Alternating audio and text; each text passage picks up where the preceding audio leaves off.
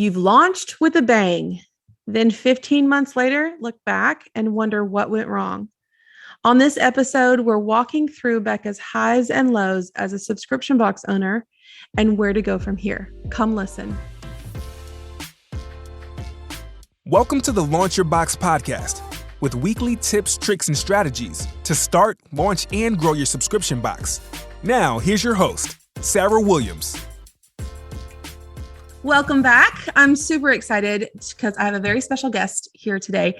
A longtime member of Launch Your Box is joining us today. Becca, say hi to everybody. Hey, everyone. I am so excited to be here. I've got Becca Slye here from the Isle Candle Company, and we're going to break down some things. But I want to start, Becca, with a little bit of back history. I want everyone to understand where we've been, what we're going through, what we're doing right now, and then we're going to jump into all the juicy things we're going to talk about today. So why don't you take us back as a family-owned business and tell us a little bit of the story of how we are here today. Okay, that sounds great. Sarah, thank you so much for having me. I told my husband this morning, I said, it feels like an early Christmas present. Like Christmas is done. This is all I needed for Christmas. It's such an honor. So thank you for having me. Like Sarah said, so my name is Becca Slye. I live in Virginia. I'm married 14 years, 3 amazing kids. I'm a candle enthusiast. Okay. So we have a family business. We have a candle company. Our business originated in a place called Pawleys Island, South Carolina. So that's where our name comes from, Isle Candle Company. My parents started our business about 15 years ago, and we are most known for candles that turn into a lotion. So they're a soy-based candle, and as they melt down, you can actually dip into the oil and you can use the warm oil directly on your skin as a luxurious warm lotion. That's so cool. Yes. I have done this once. I thought it was weird first when I did this, Yes. But it is so cool. Yes, literally it's cool. So they're cool burning candles. And to the touch, when you dip into it, it just feels like warm bath water. So you're getting like a 2-for-1. You get the fragrance, the ambiance, they're clean burning.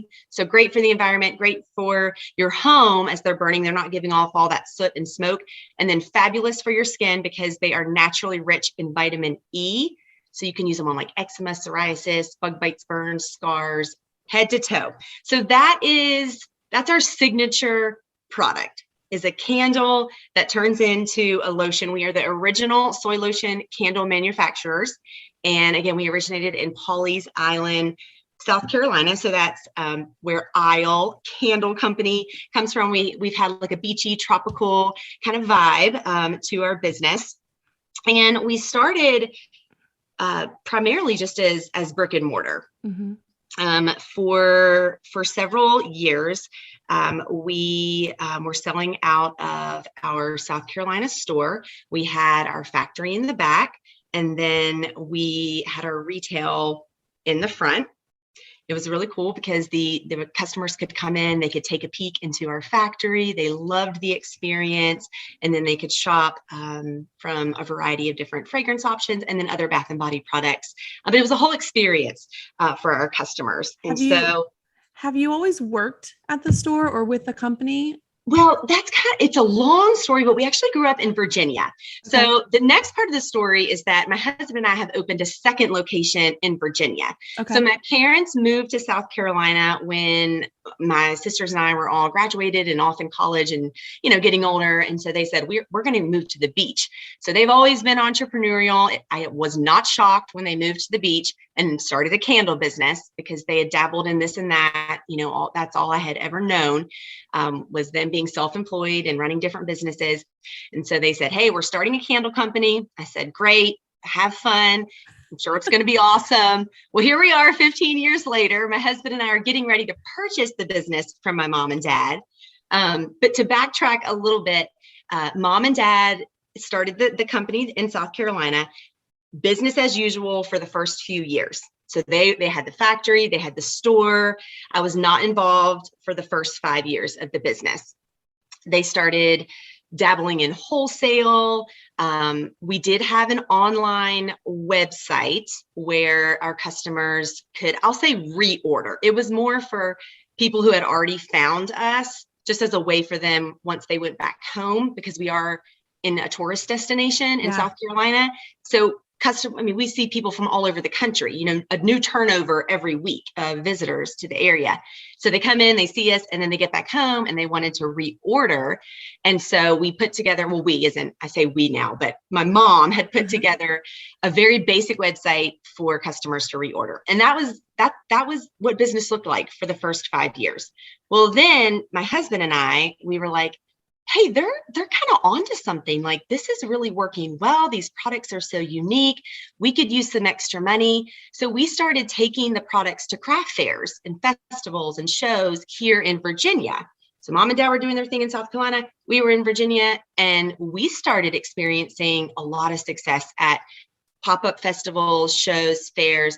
That turned into us doing like 30 shows a year. We were traveling all the time. We didn't have as many children as we do now. So it's becoming, more challenging to be on the road. But we decided that we were going to open a second location in Virginia. Okay. So that's what we did. And additionally, we brought all of our production to Virginia. Okay. So currently we have our South Carolina store. So it's just a retail storefront. We do all of our manufacturing in Virginia. And we also have a small retail, we call it our factory and retail outlet here in Virginia. And my husband and I both work for the business. My mom and dad have since moved back to Virginia because they have lots of grandchildren now. And so they want to be close to the family. And we have a factory manager and staff that run the store, and we ship them products every week. Okay. And we make them and we ship them down. So that's kind of the big picture overview of, the business as a whole. Now, as my husband and I have become more involved, we have had an increased interest in eventually purchasing the business. That was kind of the natural progression. My parents, they're getting older, they're aging very gracefully, but they are getting older. And it was the next step. And we really saw the potential for scaling. However, and this is where the subscription box kind of comes in and more of our building of our online business. We knew from learning from what they have gone through, went through over the first 5 years, we didn't want to have to rely on brick and mortar sales. Because it's up and down constantly, right? You just never know. It's just unpredictable, and then you have to be open at certain hours. You've got to have all your staff, thinking about running multiple locations. Now it's great for now, and they're very profitable. So we're keeping them for now. But the goal is to build up our online presence and our subscription box enough and our wholesale enough that we don't have to depend on customers walking into a retail establishment. And we didn't want to be traveling to shows. They're profitable too, and they're great. And we are continuing to do our favorite shows, but we don't want to be away from our family every other, weekend slinging candles. Like it's not ideal. Yeah. And so we felt like our best option to reproduce the success that we had experienced in our storefronts was to grow and scale our online presence. And so that's what we've been doing over the last couple of years. We're a little late to the game. We have been in business for 15 years. It's all right. We're just doing things a little backwards. So a little over a year ago, you decided we're going to start a subscription box. We want to build this reoccurring revenue into our business. Like if we're going to be serious about this business, that's right. We want to make sure we have a paycheck every single month. We can pay our expenses. We can pay our employees, all the things. So let's build the subscription box into our business. So tell me a little bit about that.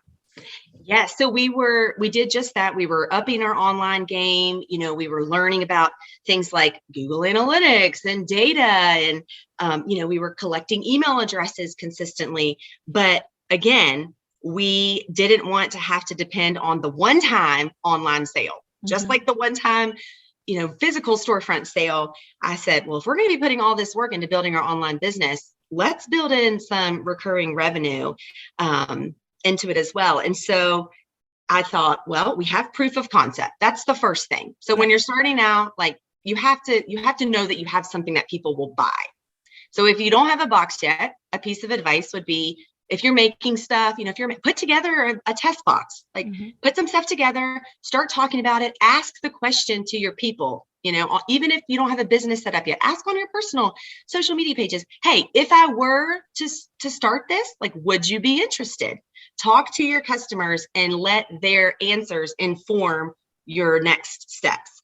And so we said, well, we have proof of concept. We knew that people were buying our stuff. Then what happened is I started to see the same names start to pop up on online orders. I was seeing the same faces visiting our stores. And I thought, well, why wouldn't we just make this more convenient for them? They're obviously enjoying our products. So we're going to give them more of our stuff, and we're going to make it more convenient by shipping it to their door. And plus, another little fact is we also because we make our product, it was an easier on-ramp for us because we have more control over our inventory. We had a little bit more flexibility with the startup of it. You controlled your manufacturing, which a lot of us right now wish we controlled our manufacturing. Exactly. Yes. Especially now, although, we certainly have hoops to jump through. Yes. But we have a lot more control for sure. So what happened was, Sarah, is I took Tribe. That's what happened, honestly. I took Tribe with Stu McLaren. That's where I met Sarah. I had been dreaming about a box for the last few years. And I hear this so often. Not all of us, but many of us say, I've been thinking about it for years. And so here's what I want to tell you. Don't delay what is supposed to happen, like sooner rather than later. Okay. Let's not unnecessarily prolong the inevitable. Like, if you know that it's something that's going to happen because it's constantly on your heart, it's constantly in your mind, you're dreaming about it, you're journaling about it, you're constantly thinking about it. Let's not overcomplicate it, because that's what I did. Yeah. I was like, no, it's just too much. Like, I don't know how to do all those tech things. I did the same thing. I just, we talk ourselves out of stuff so quickly. And that's what I did. But I just want to encourage whoever it is, like, those things that are in you that you're thinking about, they're for a reason. And so you need to pay attention to them, and we need to take action sooner, preferably sooner than I did. But and so that's what led to the start of our subscription, the proof of concept. Seeing those repeat names and faces, found Tribe, met Sarah, spent a couple of weeks dreaming up a plan, late hours into the night, pages and pages and pages, which we ended up throwing out about 3/4 of it, which is normal. Got to get it all out. And then I remember calling up the team, which the team was like my mom and dad, my husband, a couple of our really close team members. But I said, team meeting, had them all over to my house. Y'all, I had a PowerPoint. I don't do PowerPoint. I don't do Excel. I don't do any of those things. Okay. But I made a PowerPoint. I said, we are launching a subscription. Okay.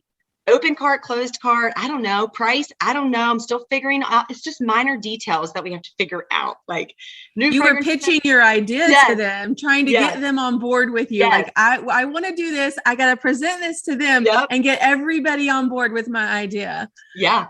And, at that point, honestly, they saw my excitement and my enthusiasm, and that's all they needed. And that's for you all too that are listening. It's like, movement creates clarity. So let's just keep moving forward.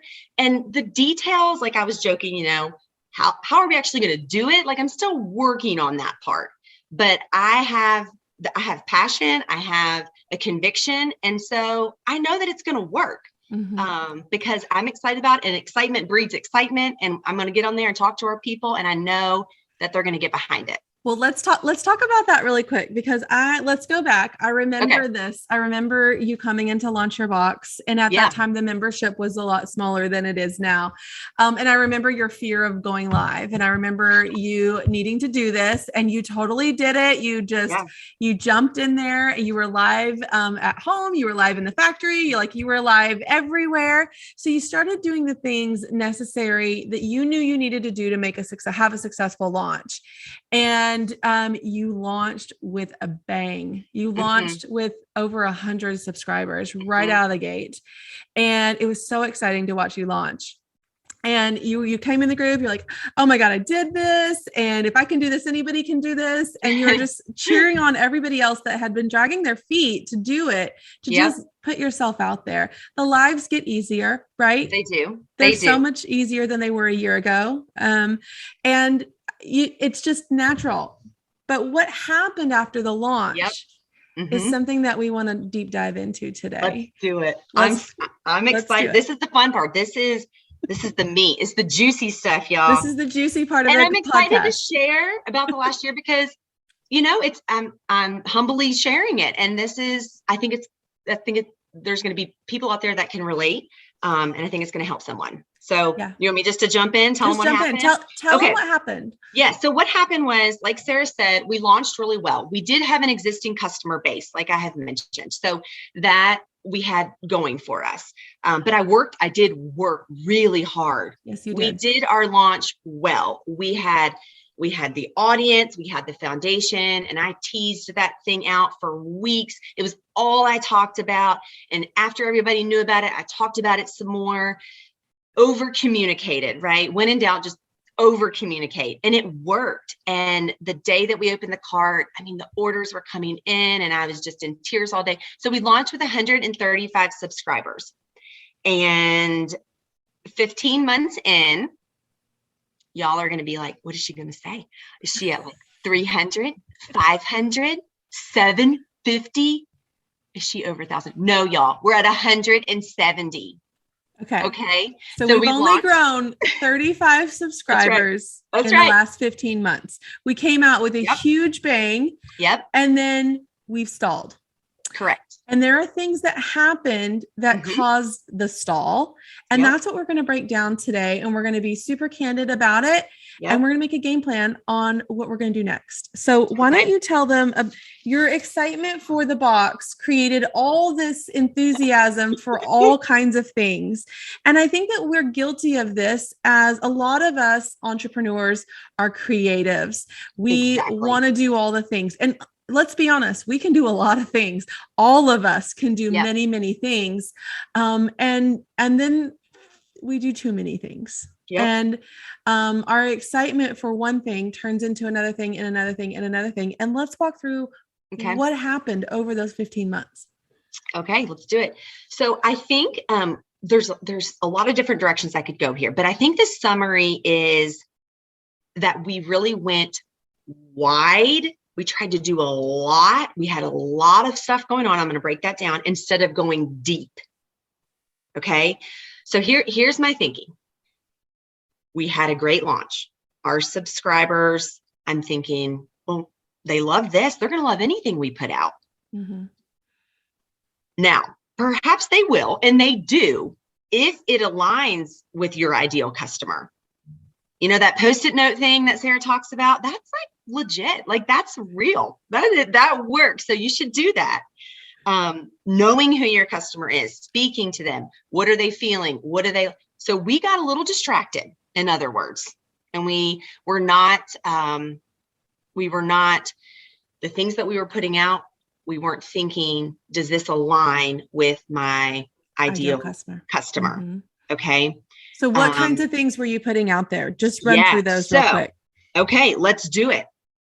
Here we go. All these different one-off boxes.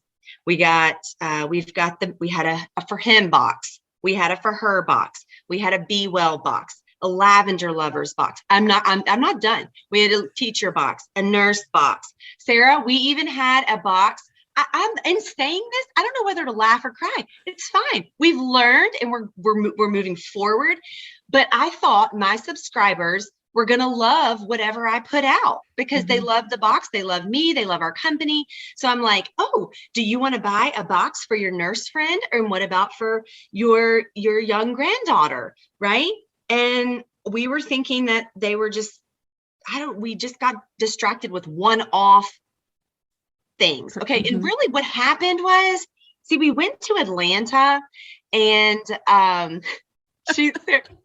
We went to Atlanta and I saw all the pretty things. And I'm like Sarah said, I'm a creative. I love variety. I like change. I went complete rogue in Atlanta. You had like shiny object syndrome at market. Is that what you're I am saying? a mature adult. Okay. Like, but I bought all these things because we had just launched in September. I went to market in January and I'm like, oh yeah, they're going to love it all. And we're going to be the box company. We're going to have a box for everything.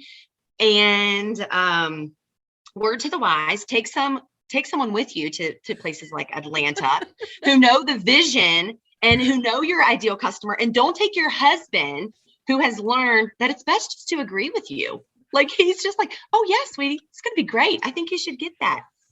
Teacher what we say in the South, bless his heart. Yes. But I needed someone with me that said, Becca, put your blinders on. We're going to stay focused. Okay. So you lost your focus. You lost your focus from your monthly subscribers now to all these new shiny objects that you were creating that weren't necessarily for your ideal customer. Yes. And what happened was, Sarah, is our main thing that started as a main thing, the subscription box that we talked about all the time, it lost its exclusiveness and it lost its uniqueness because the box, it took a back seat. It became one other box in your lineup. It was just it just didn't have it didn't have the spotlight anymore. It was watered down and it was buried under all of these other million things because, we've got to take pictures. We've got to post all these, random things on our social media and our emails. And so it was confusing. Our messaging was inconsistent. It was confusing. And the sayings are true that when you try to sell everything to everyone, you're actually selling to no one. Yep. And when you give the people too many options, they choose nothing. Oh, okay. Say it again for the people in the back. Yeah. When you give them too many options. And that's what I wanted. Because I'm like, more, mm-hmm. I just was getting so, and I love to put together boxes and gifts and it just brings me life, but it also puts me in a great predicament when people don't buy them. And then I have all this extra inventory, which we're going to get to about how we rebounded from this situation. But listen, friends, you can't be all things to all people. Okay. Mm-hmm. You have to find your people, find your ideal person, not even people, create your ideal person. Who is it? Stay in your lane and keep the main thing. Don't let your subscription or whatever your main thing is take a back seat. So, and here's the thing.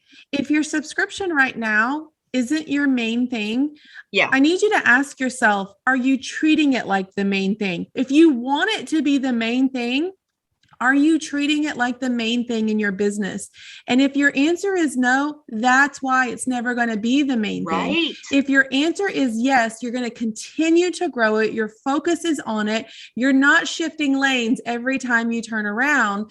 The main thing will be the main thing, and it will be the main driver of your revenue in your business if you can keep it the main thing. So huge lesson learned from Becca right here. Huge lesson. Mm-hmm. Now we had, we're okay. Like, we sold some of these things. It's not like, everything just, we're closing it all down and we're doing okay.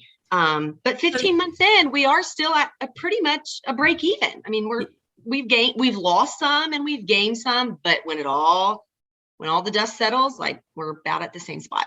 And now you're dealing with this huge level of extra inventory with extra stuff that you were making all these fun boxes with throughout the year.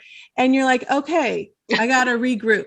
I realized I've realized these things. You told me, I realized I was going wide and not deep. I realized I had too many offers, too many calls of actions, too much noise. I realized I was trying to sell to everyone and I got to stay focused. You realized all these things, but at the end of the day, we're still business owners and we have stacks of cash sitting on our shelves because we bought all this extra stuff. So now we're going into the fourth quarter. And you said, okay, I got this. I'm refocused, but I got to sell my stuff. And so I watched you just like step up and say, I'm going to take control of this mess that I made, and I'm going to get rid of my inventory, and I'm going to get focused. And so I loved what you were doing. I was watching what you were doing. And so I want you to share some of the things that you did. It was Operation Get rid of this inventory so I can focus on the main thing after Christmas, right? You summed it up beautifully. That's exactly what happened. I said, you know what? I went a little rogue. I'm a creative. We've discussed that, but I'm also a problem solver. We as creatives and entrepreneurs and business owners, like, we are problem solvers naturally. Yeah. We will fix this. Okay. You give me a room full of thousands of dollars worth of inventory that doesn't really match my brand or my vision or speak to our ideal customer, because they're not a 12-year-old teenager or a man or a teacher or a nurse. Like, our ideal customer is an ultra obsessed candle enthusiast who burns candles on the daily, who also wants soft, silky skin. She is not 12 and she is not, a nurse. And so I had all this stuff. And so this is what we did. And this can be done at any time of the year. So if you're listening to this at a later time and it's not around Christmas, do it in the summer, do it in the spring, adapt it, change it, morph it into whatever fits, whatever's appropriate for the season that we're in. But we did a countdown. I called it Countdown to Christmas because, you put a cute name on something and some bows, and, you go get the gift boxes. And so what I did was I created all of these unique gift sets. I went into the room by myself without anybody there, right? I got in my Zen. I said, okay, we're going to fix this. What can I put together? Which of these products can I put together with a pretty ribbon and a gift tag? And I don't even need to be super profitable on this stuff.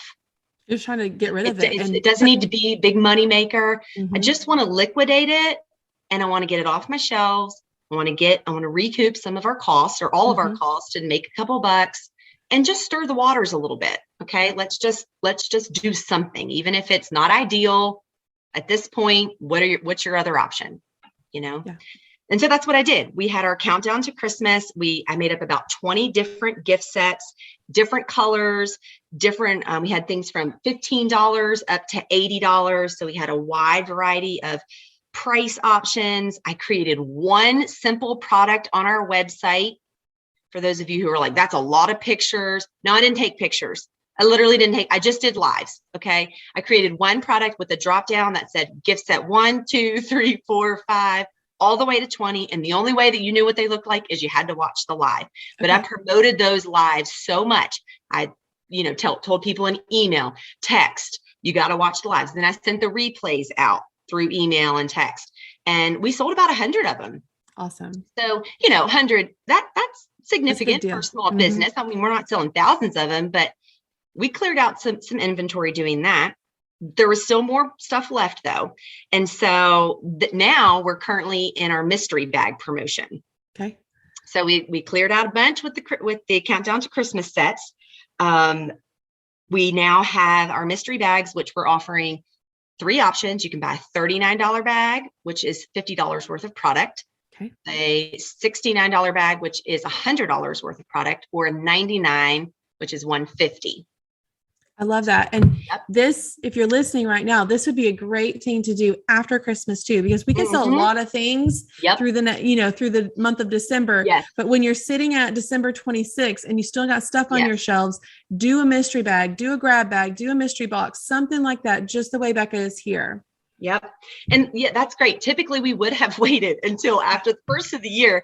But we're also thinking, man, people are buying right now. We're going to take advantage of it right now. So we shifted we have called some audibles over the last few months. We've made some changes in our calendar and moved stuff around, so that we can really capitalize on this season. But the mystery bags are going well, and I love them because they're exactly what they say. They are a surprise. I get to put in what I want. Now, of course, it's not just a bunch of random stuff. I do try to curate them and have a nice, variety of products, but not like, what in the world? I'm getting this for a man and this for a teenage, a little girl. And So some of the stuff we did just have to end up donating because there's just little to no hope to try to salvage it. But the mystery bags have gone really well. And I'm excited to, what's that? Yeah. Tell me what you offered your existing subscribers. Yeah. I thought that was really smart. Yeah. So that was about the inventory for our subscribers. What I found to be really helpful is make sure that you are connecting with your people, your subscribers, people on your wait list, asking them questions, asking them what they want, right? Like use that data to inform your next moves. And so we put together little surveys, 5-question surveys, simple things like, what do you love the most? And we give them multiple choice answers. And what would you like to see? Why would you ever choose to purchase from another candle company? That's a great question. How many candles would you like to receive every month? Or what, pick the questions that are best for, obviously, for your business, but do some research and then give the people what they want. And so when we were asking our people, we sent one to our subscribers and they said, well, we'd love to be able to like purchase additional boxes after we see them. If we love them and we wanted to gift one, we'd love to be able to buy another one. I said, okay, let's do it.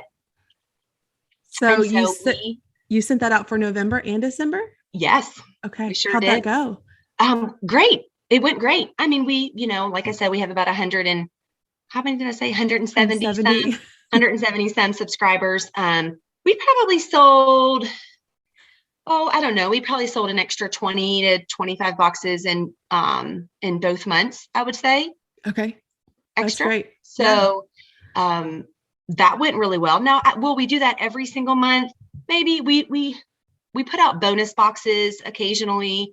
We usually do that once every 3 to 4 months. We'll send an email to our subscribers if we do have some leftover product, and we'll say, just to our subscribers, we'll say, hey, if you want, which one of these was your favorite? You can grab it. And it's even an additional 10% off or 15% off. And so they can grab one of the previous month's box. I think that's really awesome. And I think all of us could do something like that. I typically order extra things just because I'm worried about damages and I want to make sure, because we order them so far in advance, that offering them to your subscriber at a discount from the retail price, it makes it feel exclusive. They instantly feel special. If they want to gift that to someone, they got first dibs, right? Exactly. And I think that's a great way to connect with our customers and nurture those relationships. So many times I see in our group, our subscription box owners are nervous about selling things one-off. And I don't want you to sit on it, but having that little bit of exclusivity, like that's like a VIP perk that you get first dibs on any extras. I love that idea, actually. Yeah. Thanks. Well, Sarah, we actually did the same, something very similar to our waitlist audience. We sent a survey to them because, honestly, it's a beautiful way to serve your audience. Like, ask them, get their perspective, and ask them what they want. And so we sent our anyone who was on our wait list or who had showed any sort of interest in our box over the last year. So we have them in a segment in our email service provider. And so we sent them the survey. And what we gathered was that I said, I think that if we offered them the opportunity to try a box one-off without having to subscribe, I think that they would probably do it. I think that they would try it. And so we did that. And we probably have, I should have written these numbers down, but I think we probably had at least 20. We sold probably at least 20, maybe more, maybe 30 individual one-off boxes. And we offered them the opportunity to buy the November box individually, the December box individually, and they were prepaying for December. Okay. Or they could buy them both for like $10 off. Like a bundle. They could bundle them. Now, this just went to our wait list. So we excluded our subscribers. They did not, because we do not want to upset our subscribers. And that if they found out that we were allowing people, but for those on the wait list. And we have just done it for the November and the December. But now we will put cards inside of those boxes that say, hey, if you love this box, you will absolutely, like, this gives you a taste of what our subscription is every single month. And the hope is that they fall in love and they will in turn become a monthly subscriber. And we will follow up with those people afterwards. We'll email them and say, hey, did you love the experience? We want you in the club.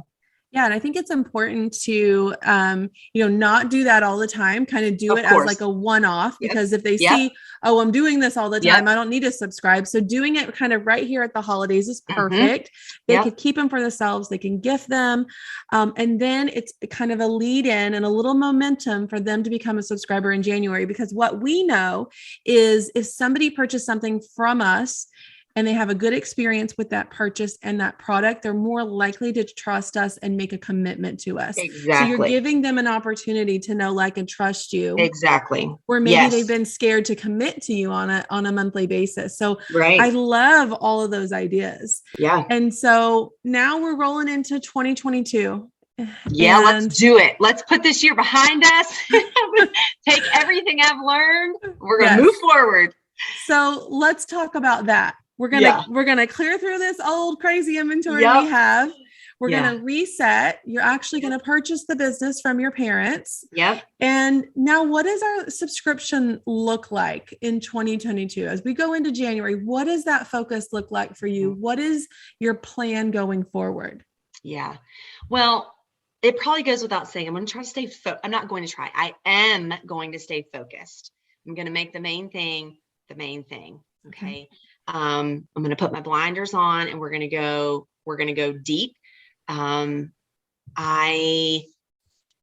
going to simplify our subscription. Actually, and fun fact, we are doing a complete rebrand, which people know that we're doing that. They don't know all of the fun details of what it's going to be. But in that rebranding, we really want to simplify our subscription in that right now we put a lot of stuff in our boxes. Yes, and that's another thing that we could do a whole podcast on. You don't need all the stuff. Okay. Yes. You really don't. It's just layers of complexity. Mm-hmm. You got to order all the things, find all the things. And people, I'm just finding they don't want a lot of stuff. They just want the candles. They want things that are consumable. Mm-hmm. They want things that they can wear, that they can use. They don't need a bunch of extra like trinkety stuff sitting around. They want the potions, the lotions, the snacks, the shirts, the candles. And so we are going to focus more on the candles. Instead of the extras, we're considering having an upgraded option, an upsell with like some sort of bath and body product that they can add to their subscription for an additional charge, but actually just focusing on a candle subscription. A candle of the month. Candle of the month. They get two. I think that everyone should have a one thing of the month. Yeah. I think it's easy. Yep. Sometimes that's all the people want. They don't want the box filled with stuff. And we get consumed with filling this box with everything. Yes. And sometimes they just want the main thing. That's the main thing of the business. And for you, that's candles. For me, that's t-shirts. And so we've got to have that available for someone that wants the main thing. And then we can also do, like that ultimate subscription. It's the main thing with the extra stuff, but don't think that a one thing of the month subscription is not a good thing. Isn't enough. Yeah. It's a great thing. And sometimes it's more profitable because it's less labor intensive. Packaging is different. Exactly. It's easier to produce. It's so much less stress sometimes. So don't discount that. I would love to see in the new year, I would love to see your one thing of the month. Would love to see you continue your box and continue to bring it back to the main focus of your business. I would love for you to plan an early launch into the new year, like a big launch, like we did 15 months ago. Yes. Going live. We're talking about all the things. We're the new owners of the business. Yes. We're changing things and just building that brand new excitement on what your subscribers already know and love about you, and then bringing some more people along for the ride, talking about the main thing. You can totally do a launch with both of them together. so that your focus is together and you don't have, like, I feel like sometimes when we do separate launches, we're launching for months. People don't want to see you selling every day, all day. So if you can do those two launches together. When I launched my t-shirt club, I already had the box and I was really nervous about cannibalizing the existing subscription. So I launched them together. And what I found out was we came out of the gate with 300 subscribers with our t-shirt club, but we also increased another 50 onto our box because I launched them together. And I got to talk about the benefits of both at the same time. We had a lot of things to talk about. It was all towards that ideal customer, as sometimes our ideal customer just wants the one thing, and sometimes our ideal customer wants the experience. And so we were able to capture both of those in one launch. And I was able to give so much during that launch because I only had to do it one time. So I'd love for you to do that. And I honestly, if you have it in you, I would do it in January. I would hit them right after Christmas. You've built so much momentum with your lives, your mystery bags, your gift boxes. You've built all this momentum going into the end of this year. Let's just hit it. Let's hit it by the end of January. Did she say January, y'all? I did. I think that hold me to it. You already have momentum building. And when we can capitalize on momentum that we already have going, it's not like we're starting from a stopping point. Our car's already moving. It's easier to put the gas on it when the car is moving than it is when we have to start it again. So I would love to see you do that. I think you could have a really great launch at the end of January. And I see doubling these subscriptions very, very easily. It's totally doable. I think your mindset is right. I think your focus is right. And all your lessons learned here are just going to propel you to have the best year yet with your subscriptions. So. Yeah, absolutely. That sounds like a great plan. I'm ready for it. Ready for what the new year is going to bring. Becca, let's just talk about people listening right now. Okay. And I know I have a lot of listeners that they've been subscription box dreaming for a while, like you and I did, what advice would you give them if they're listening today? I would say, there's so many things I would tell you. I would say, be confident in yourself. That's one of the key takeaways that I would love for you to hold on to, is to be confident in yourself, to be confident in your dreams and the visions that are inside of you, because they're there for a reason and for a purpose. And just to be proud of who you are, the business that you have. And, we own our businesses, but really just to own your business, to walk in confidence in your business. Because people are attracted to confidence, they're attracted to authenticity. And give yourself big doses of grace, because our businesses are ever evolving, as we have discussed. Yes. We have highs and lows and ebbs and flows. And, most of you are probably the leaders of your businesses. And it's your responsibility. It's our responsibility to set the tone, to stay positive, to keep the morale high for our team. So, I would tell you to be confident in yourself. I would tell you to hire help as soon as you can. Hire help. Hiring help has changed everything for me. I would love to dive into that at some point, because as the leader and the creative and the visionary, like, I have a lane that I want to stay in. I'm not good at implementing all the time, or bookkeeping and things like that. So as soon as you can, hire some help. Get some people around you, some support to offer the skill sets that you might not operate in very well. Yeah. So I would say hire help, be confident, and just get unstuck. Don't say stay stuck. Take some movement. Do the next thing. People say just get started. That is good advice, but I'll break it down even further. Just do the next thing, whatever that next thing is, to keep making some progress. Yeah. It's good advice. Becca, if we need some super awesome candles in our life, amazing, where can we find you? Yes, okay. So I hang out most on Facebook, Isle Candle Co. It's ISLE Candle CO. Mostly on Facebook, all social platforms, and website too. Awesome. Becca, thank you so much for breaking down your Sarah. journey, the guys, wins. this was the best. I loved it so much. Thank you so much. Thanks, Come Sarah. back, join us next week. We have another great episode for you. Have a great rest of your day.